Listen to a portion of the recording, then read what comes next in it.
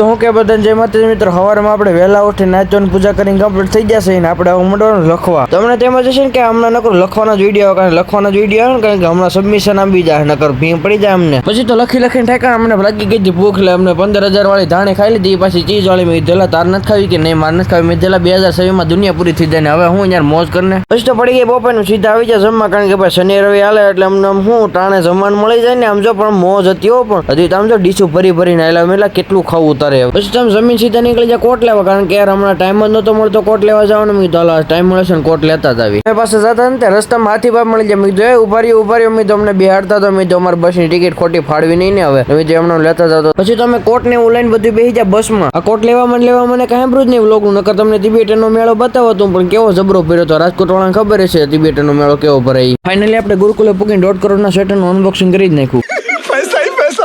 મેં કીધું આપણે 1.5 કરોડમાં વસૂલ છે. મેં કીધું તિબેટન વાળા લાવે એટલે કઈ ઘટે જ નહીં આમ જો પણ કેવું લાગે મસ્ત લાગે કે નહીં કોમેન્ટ કરી દીજો. હાલો તમે સેટ ને એવું લઈને આવ્યા તો 6 વાગે મેં કીધું હાલો બપોરે હુતા નથી ને આપણે હુઈ જાય. હાલો પછી પાછા અમે 8 વાગે જાગી જતા થોડોક વહેલો ન જાગી ગયો. શાબાશ બેટા.